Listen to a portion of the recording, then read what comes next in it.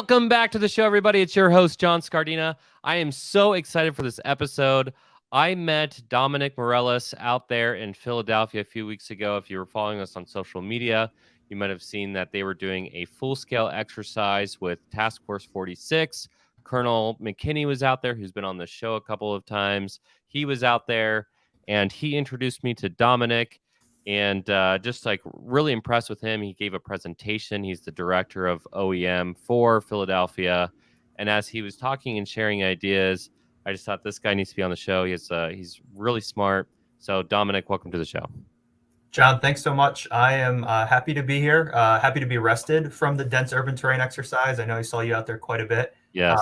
It was a warm week for us, so we got some exercise realism, and just glad to be able to talk about it now.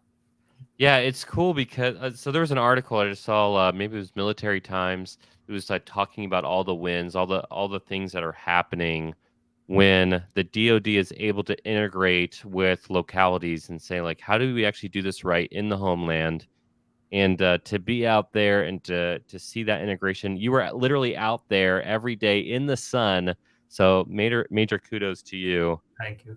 And then I also got to meet your staff, and it was fun to see your staff embedded with the different groups so that they could see and have that, situational awareness of what happens on the ground level. Talk to us about that planning process, because they were working with you for several months, right, before you got out there? Yeah, that's exactly right. We had it was about 9 months. So it was our baby. We had worked on that for about 9 months from when we first got introduced, first kind of set a scope, watched the scope grow and grow from where we originally kind of set our sights in a good way. And then ultimately execution.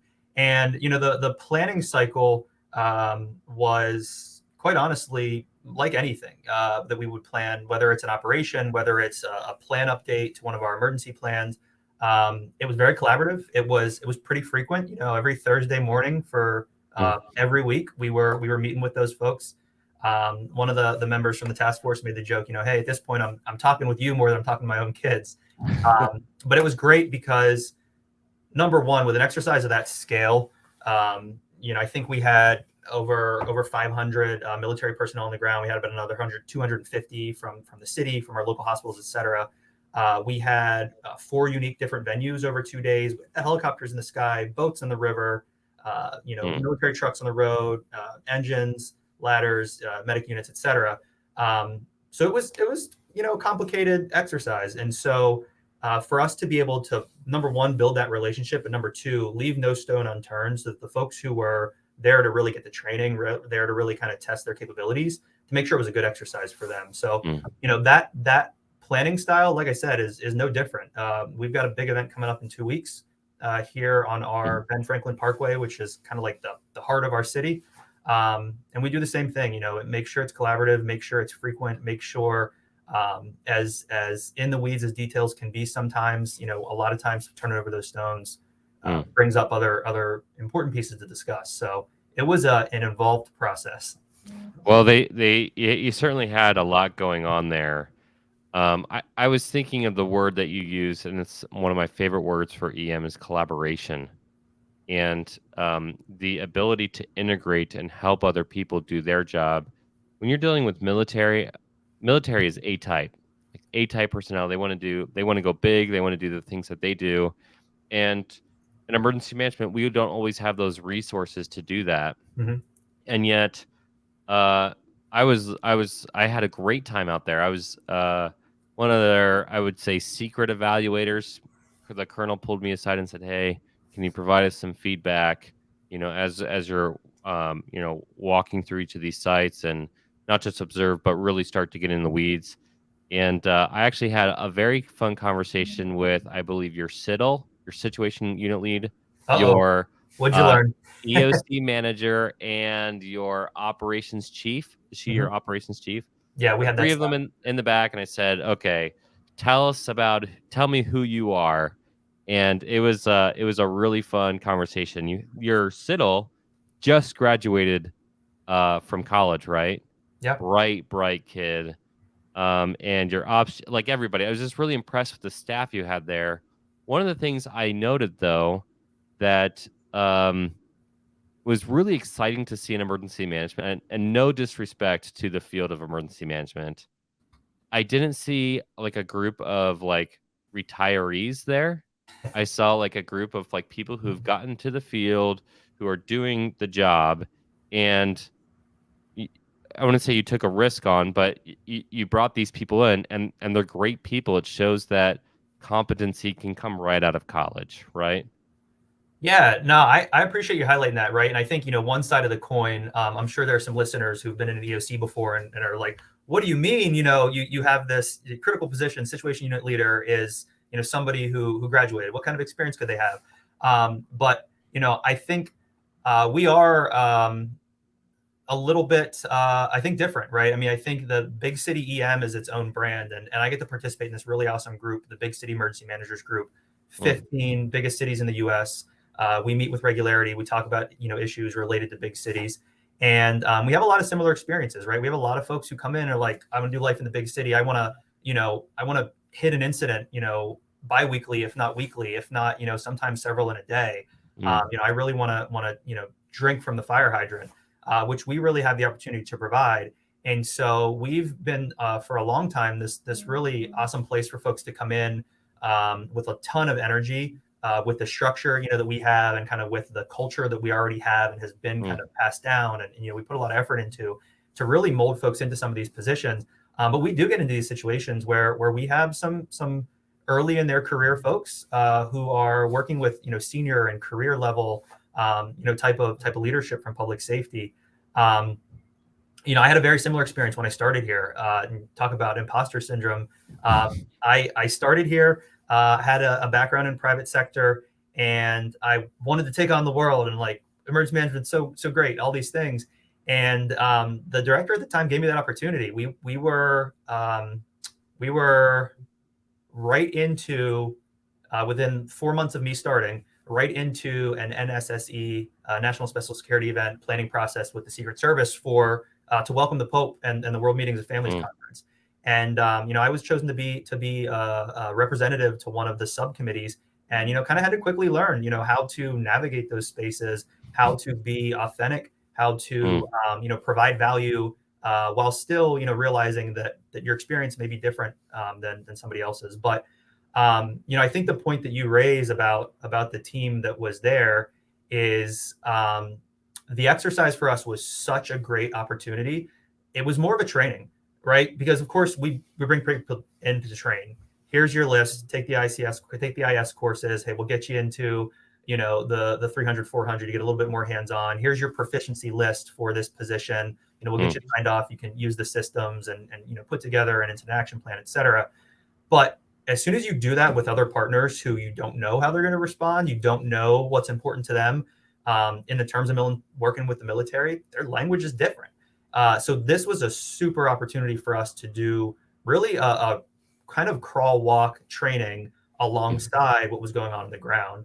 And so while you were there, we'd gotten some feedback. Hey, the EOC was kind of quiet. And we're like, that's great. Like, that's what we wanted. We wanted our folks to be able to get that hands-on training experience in a way that wasn't going to, break the system. And, the other thing too, like I said, I can't tell you the last time a Black Hawk landed on the roof of one of our hospitals in Center City. Yeah. There were some logistics that everything went well, was really planned out, but there's some real world concerns. It was a big public messaging push to let people know, hey, the fishing pier is going to be closed for this exercise. You don't have access to the park. So part of the EOC activation too was just to be available for real world, about a severe weather or something like that. We wanted to make sure we were ahead of for such a big event. Real quick, we're going to pause for this week's Disaster Tough endorsements. How do you spell Doberman Emergency Management? EOP, OEP, HVA, HMP, Thyra, TTX, Drone, PDA. Whenever you need an expert, Doberman Emergency Management field experts are there for support. Contact an expert at DobermanEMG.com today. The L3 Harris Extreme 400p radio solves problems and is specifically designed for emergency services. How do we know? We field tested it with medical, urban search and rescue, and collapse and confined structures. This radio is amazingly tough. Check out the L3 Harris Extreme 400p radio at L3Harris.com right now. Okay, let's jump back in. Well, I'll tell you what, despite the heat, you had beautiful weather. I was Yeah. very happy. It was warm though. Um, my I was born outside of Philadelphia. My father's from Philadelphia, All right. and I went to this really cool exercise, and I felt like top of the world, like seeing these Black Hawks that fly everywhere and doing search and rescue exercises. And my dad, the very first thing he said, "Did you get a cheesesteak?" I was like, "Yeah, I got a freaking cheesesteak, Dad." He's like, "How many did you get?" I said, "I actually got two, and I got a hoagie." And he's like, "Oh, I'm so happy." So Yeah.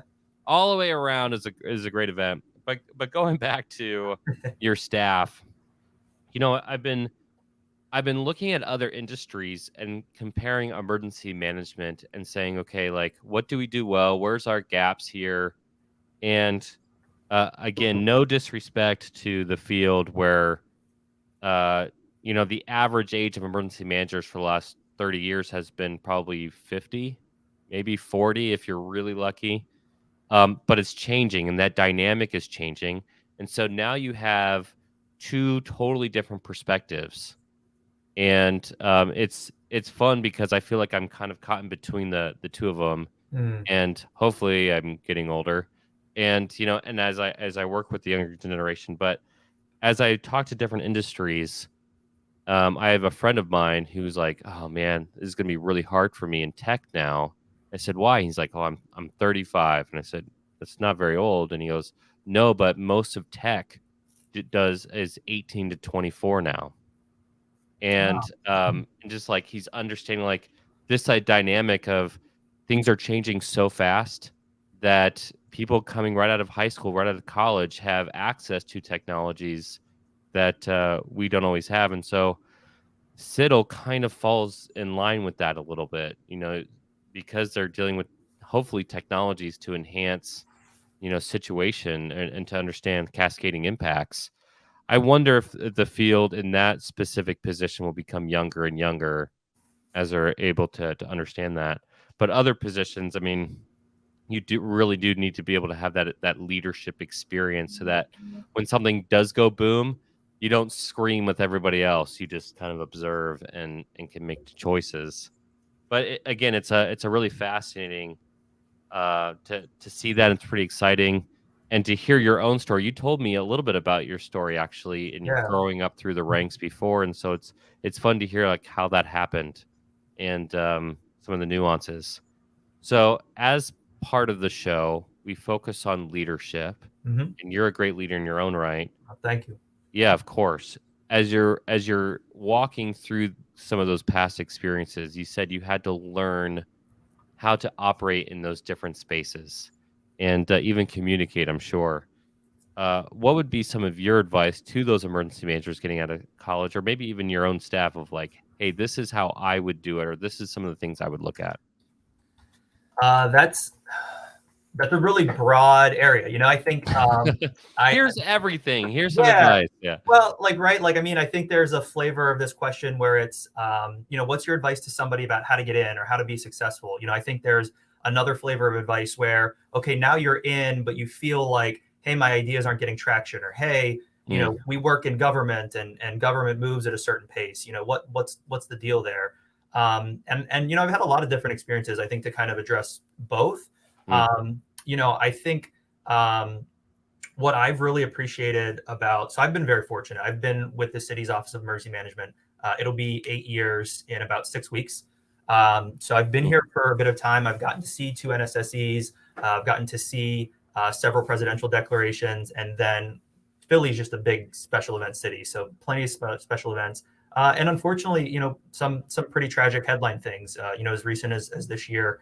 And so I've really had the opportunity to come in and work at our watch desk, right? Like if you can consider it an entry level position, at least entry level in the office, one of our most junior office or junior opportunities, had the opportunity to come in, learn that, do that, and see the world from that perspective. And then given the opportunity to manage our logistics program and understand what that side and what more of the planning side, less of kind of the day-to-day operations side, but more of the planning side looked like, mm, and just how resource decisions are made, not just in an incident, but in general, how, did we get that new widget, or, yeah, we know this equipment's, at a certain stage and needs its um, replacement, but then there's also these other considerations, and we do work in a world of finite resources.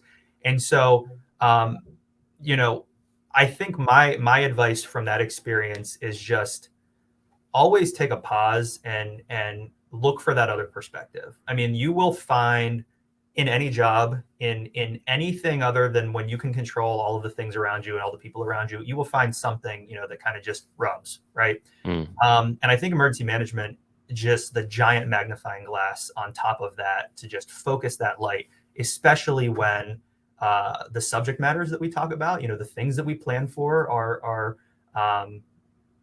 not great things at times. It's funny, like when we go out to lunch and we get going about a topic, and we go, hey, like we need to tone this down a little bit. We're a mixed company, and maybe folks don't think about these things the way we do.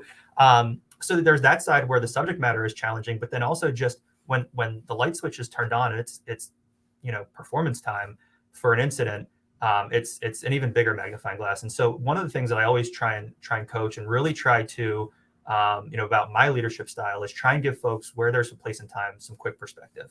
Hey, look, everything you're saying is valid. Hey, look, yes, that is a priority right now, but I need you to place that in the priority of all these other things. And let's, really talk about like, what can we do with the amount of resources too? And I'll say that's the other big thing that I've learned. And it seems like it's speeding up, which is scaring me, is can't do everything, right? Like I always prided myself on my job before coming to EM, like working a 16-hour day, backed up to a 16-hour day, backed up to an overnight. Like that was no problem. Like it bounced right back. I know I'm not that old, but I feel it now. After the job, like holy smokes! Like I'm number one, I'm not doing this all the time. And so I think that's the other piece of advice too is always kind of trying to prioritize the ambitions or prioritize kind of where you're putting your effort into, because our field is so big, and an incident, there's so much to do, and it is drinking from a fire hydrant, and you have to really consciously realize that and be intentional about your decision makings in some of those moments to really be effective, but also to take care of yourself in the process. How do you decipher between urgent and high priority? Yeah, so I think it's the typical, like, life safety is always number one, right? And then preservation of property, incident stabilization, like that's the easy button for a lot of these things. I will say I don't have a rubric that is just like, this is the way we follow it every single time. And that was one of my frustrations during our response to the COVID-19 pandemic, especially when we were in the PPE business and PPE resources were limited. And it's like, wow, all of these things are credible. Like, where's the rubric? Like, why can't we just run down and say, okay, you're this type of facility, and this is the situation you're in, so this is how much you're going to get or how frequently you're going to get. It really takes the ability to keep a big picture, but also the ability to keep your ears and your mind open. You will have to make a decision, and sometimes very quickly, but you need to make sure you take in all of that data before jumping. I was listening to your podcast the other day, and you threw in an inject into your exercise. This is kind of a gotcha moment. It seemed like you threw in an inject, something like, oh, the neighbor came running down the street and they can't get their mail. They need to get their mail. They need to get their mail. But like, look at everything that's on the to-do list right now. Like, is that a priority? Is that even a thing? Yeah. Yeah, right. And so like, if you're in a position where, hey, your job is to deal with the neighbors, and that's the only neighbor that comes to you all day, like, yes, that is your priority. That is your world. But you got to be then receptive to then whoever you're trying to work with to understand, okay, now how does my priority fit into that? And that's where it's always kind of been, that's where I find the fun, to be honest. It's a big jigsaw puzzle, and it's constantly changing. And it really only relies on that collaboration and communication. I mean, those buzzwords, I'll never get sick of them in this job, because that's it, right? That's the simple process. I don't know, man. I have this like dream. It's like, I don't want to become, I'm not as cool as Martin Luther King, but I do have a dream, and that dream is to not have to see communications on an after action. If that happens, then I know that we finally have started to gone from rudimentary to like deeper, because like, if the job is coordination and communication, then we should be excellent at it. And yet we find ourselves saying, okay, I could have done that better. I could have done that better. My rubric versus urgent versus high priority. I think you're on the right path when you say it's life-saving, life-sustaining work. I've gotten to the point where I think, what is the cascading impact of X? Mhm. And unfortunately, the real world demands that this immediate need, even for life-saving, if the cascading impact is worse for more people and more systems, then I have to prioritize, like, I look at degrees of impact. Yeah. And when the cascading impacts are fewer, then you can do more of the, I hate to say smaller projects, but more of the immediate, like right in your face. But even now in small business, I I love when you said, it's like a mic drop moment when you said, like, think. Like, your ability to think is always your first line of defense. And if you're just running and gunning and you can't think, then you're not an emergency manager. Yeah. You have to be able to process. But sometimes when the world feels like it's coming down, it's very difficult to feel like you are breathing, or at least you have time to breathe. So it's really interesting to think about it in those respects.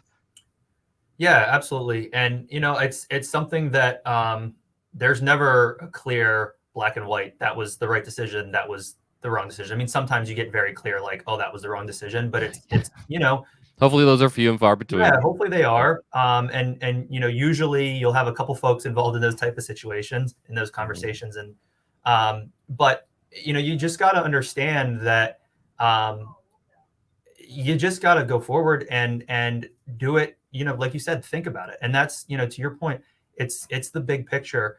And what's interesting about kind of the systems, the org charts that we build around these incidents is, number one, they're big, right? I mean, if you've ever seen a fully drawn out, especially unified, whether it's ICS or whether it's some sort of hybrid, org chart of who all is involved in something, there are positions that need to be nose on the technical problem and need to be, I am so laser focused on, is it this type of hazardous material or is it that type of hazardous material? Mhm. But they're not operating in a silo, right? So what is so important in their world is totally valid. But then when that branches out, or branches up to whatever that next level is, and branches up to whatever that next level is, and ultimately branches up to the incident command structure, whether it's unified, whether it's a single commander, um, that's where you got to rely on the system sometimes. And it can be very frustrating, especially I've been in it, and even today, I feel that role sometimes. I, with my boss, with working with the mayor, I don't always have the full picture. And yeah, this Mhm. is so critically important to me. But then once I get to see that next page, it's like, oh wow, yeah, you know what? I can keep a band-aid. I can keep pressure on this for a while. That needs to be solved, because if that happens, or we don't prioritize whatever that other thing is, it, to your point, makes my thing so much worse. So Yeah. again, it comes down to kind of perspective, and having the humility to take a pause and be open to others input. The problem with emergency managers, so many of us are A type. Hmm. Humility feels like humiliation. It's totally two different things. Yeah. And um, so here's a real world that's me personally, that I think is applicable to emergency management as a whole. My wife is alive, so I should preface that with this story, and my son's alive. But there was an emergency C-section. Oh, There's like emergency C-sections, and then there's what happened to my wife. And the hospital was like, we haven't seen this in 17 years. It had two wow. minutes to save both lives. And they rushed her into the OR. He wasn't breathing. She wasn't breathing. It was a big deal. Scariest day of my life. I've dealt with like catastrophic hurricanes. That was the scariest day of my life. Active Yeah. shooters. That was the scariest day of my life. But there was these two techs out there, and they were like laughing and joking of like how busy their night was. And Yeah. I'm like literally praying. And all I said was, I don't have the time to tell you why you're stupid. Just please be quiet. And that was an awkward moment. Yeah. But I just needed to be laser focused. And I feel like sometimes and I'm the same way, and I've had to like really curb how I do this. Like when I think something's a priority, it's very difficult for me to say I still think that's a priority. And to your point and to your credit, you don't always get the bigger picture, and people, it is not their responsibility always to explain it to you. Hmm. Sometimes you need to step back and say, okay, this other role, that's their role, is to think strategically, even more strategically. So but I will say it's a tough balance. Those two techs did shut up, and when both were okay, they cried with me. It was a very, again, awkward moment, but we were all very happy in that moment. But John, I'm very happy to hear about the happy outcome. yes, me too. Yeah, But yeah, I want to. when you were telling that story, I was thinking, okay, well, what if my wife and I were in the room next door and she's going into labor, and it's a normal labor, right? Yeah. But it's our first child, and why haven't they taken us back? We've been here 10 minutes. We've been here 10 minutes. You're jumping up and down, and you don't realize, Mm, you know, God forbid, someone's next door going through something so much worse. And that's where, yeah. again, you don't always get that explanation. But what's really interesting, and kind of going back to one of your first observations, what's really interesting is more and more of our teams now expect or need, I'm not sure which one it is, that access, right? And I know we've only got a limited time here, and I don't have this thought fully thought out, but like, is this is it our like constant or instant gratification culture? Like, hey, you can order something, you know exactly where it's at, Mm, when it's going to be, and then hey, it's there when you want it.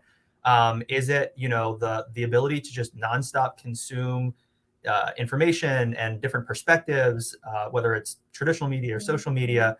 But we found ourselves a lot of times, and not just with our team, but with stakeholders, really having to just like describe how we got to this point and like re-describe how we got to this point. And you said, you hope communications will never be, an after action, but think about the amount of times people change, midstream, and well, you're almost at square one, right? You can't mm. assume that this person has everything, is up to speed as the person who just changed out. And that's what's been pretty interesting to try and navigate, not just in an incident standpoint, but just in a day to day, working in an organization and trying to keep everybody, on task. And I think it's important, right? I Mm. mean, I think we all need to feel bought into the mission, and how we feel bought in and how quickly we feel bought in is a personal individual thing. So, of all the EM training I've ever done, I've only seen one exercise, and to the credit of my staff, they're the ones who put it together. The inject of handoffs. Yeah. You will have to hand off this information, and that's part of the exercise. And the inject is, do you keep that same information? Did you have enough information? Did they not provide it? Well, too bad, because that team just left. They're gone. Yeah. Yeah. To again, to your point earlier, 16 hours exhausted. They have to sleep. You don't just you'll have to do something, and when you come back to the job, now you're dealing with the repercussion of whatever. Oh, they didn't keep the same plan, or they did different things, and that is definitely an inject we have to deal with. But man, I wish we could talk about this information and consuming information probably Mhm. for an hour. But I'm a GIS guy. I like GIS, I like analytics, and I like receiving that information. And uh, I have that same. I always want to know, but I also think that, to be honest, there's a lot of things that people are like. They say every disaster is different, Mhm. and I get it. There's different people involved in different scenarios, but I actually know what a flood's going to do. It's going to go to the lowest area and fill up. I know what a power outage is going to cause. I know that if I'm fighting a wildfire on that side of that mountain, 3 months later, it's going to be a mudslide. Mhm. Like, I think we need to get to the point where, instead of craving information always, which is important in its own right, is to be able to think and trust yourself enough to say, I know what I need to know, and I will find out more later. Like, if that makes any sense. I think. It does. I would just caution, and I know you know this, but for anybody who's listening, just caution. Don't close yourself off though, right? Because Mm, um, there's always the one factor, right? To your point about flooding. Well, hey, we just had like Philadelphia, our number one hazard, like a lot of folks on the East Coast, is flooding, right? So we see a lot of different types of it, and unfortunately, sometimes in some repetitive spots. And that's surprising to me because I thought your number one hazard was the Eagles. no. Luckily, I'm a newly recent Eagles fan. Oh, A lot of my family's on the West Coast, so that was a hard transition. But that's funny. you might get another staffer here who would spend the rest of the podcast going around. But there's always something that changes. Again, the player changes, the resource changes. I mean, I'll take us here managing special events and doing special events in the city of Philadelphia. We have a really good template, a really collaborative template. We have a centralized office, and then all of our different units. The city has a centralized office, OEM, fire, police, public works. We all plug into that in specific ways. We had a great template before the pandemic, and then we didn't do any events in 2020, and we brought events back on in 21, and we're starting things back up, and we're realizing like 50% or more of the people around the table aren't the same players, right? And they have different opinions about these things, or they didn't read the plan before they came to the planning meeting. Or the other thing too is just resources change even in that short amount of time. I mean, we unfortunately in the city went through some layoffs because of the financial situation, as a result of the pandemic. And there are now teams that used to be involved in certain aspects of execution for these events that aren't there anymore. And so, that's where I think you're right? Like we do need templates to be quick, and we do need, we do need to have a plan like walking in, and you need to run that plan until it's met with a stop sign or a yield sign. And then that's when you need to go, wait a second, this is telling me something, like what's different here and what might I need to course correct? And you might not need to course correct, but you need to ask yourself that. You need to get your advisors involved too, and at least talk about it before you keep going down the path. At least that's my perspective. I will agree with that so much so that typically I compare a lot of business to emergency management. There's a lot of overlap, but there's one that's exactly opposite. We say a lack of planning on your part doesn't create an emergency on mine. We say that in business. It's exactly true in emergency management. A lack of planning on your part creates an emergency on mine. Yeah. And things change, right? That's why it's not just black and white. Like every disaster is different for those nuances. Teams change, people's change, experience change. People are going through personal things, even if it is the same people. That's real. But I think we both agree that emergency managers, we need to get better at thinking strategically. Yeah. And even though we're the hub, recognizing there's other priorities out there. Anyways, it sounds like you and I think a lot of the same things, and even better yet, to hear from your personal experiences and your background, going full circle here to that Philadelphia training or that exercise. There was no wonder why Colonel Chris McKinney noted you specifically out of the other emergency managers in the area and said, "I like this guy." Oh, thank you. I like you too. I hope really good things happen. And it sounds like you're taking the right kind of risk with the right kind of people. You're integrating. You're able to be humble, not be humiliated. Just a really good leadership lessons from a guy who's doing it right. So thanks again so much for coming on the show. Yeah, John, I appreciate those kind words. And, I think the one thing that this exercise has affirmed for me, and it didn't need affirmed because we've gotten to meet so many wonderful service members throughout the vaccination effort, throughout alternate care facilities, and some other events we've had over the last years. But this is a little bit of a plug for public safety and public service in general. There are so many great people in those jobs, and they wouldn't have service in them if that wasn't an element of it. So it's not always for everybody, and there's a time and a place where you're able to serve more, or other priorities are in your life. But these types of opportunities are so incredible to see those type of folks, to celebrate those type of folks, to realize they're away from their families for that training week, and they were away from their families the week before that, right? But they're here because they're bought into the mission, and they answered the call, whether they're local public safety, first responders, or whether they're the military members. And my plug is, for any listeners who are out there and are, wondering the state of the world, public safety right now, public service, there's still a lot of good people. There's still a lot of benefit to that type of stuff.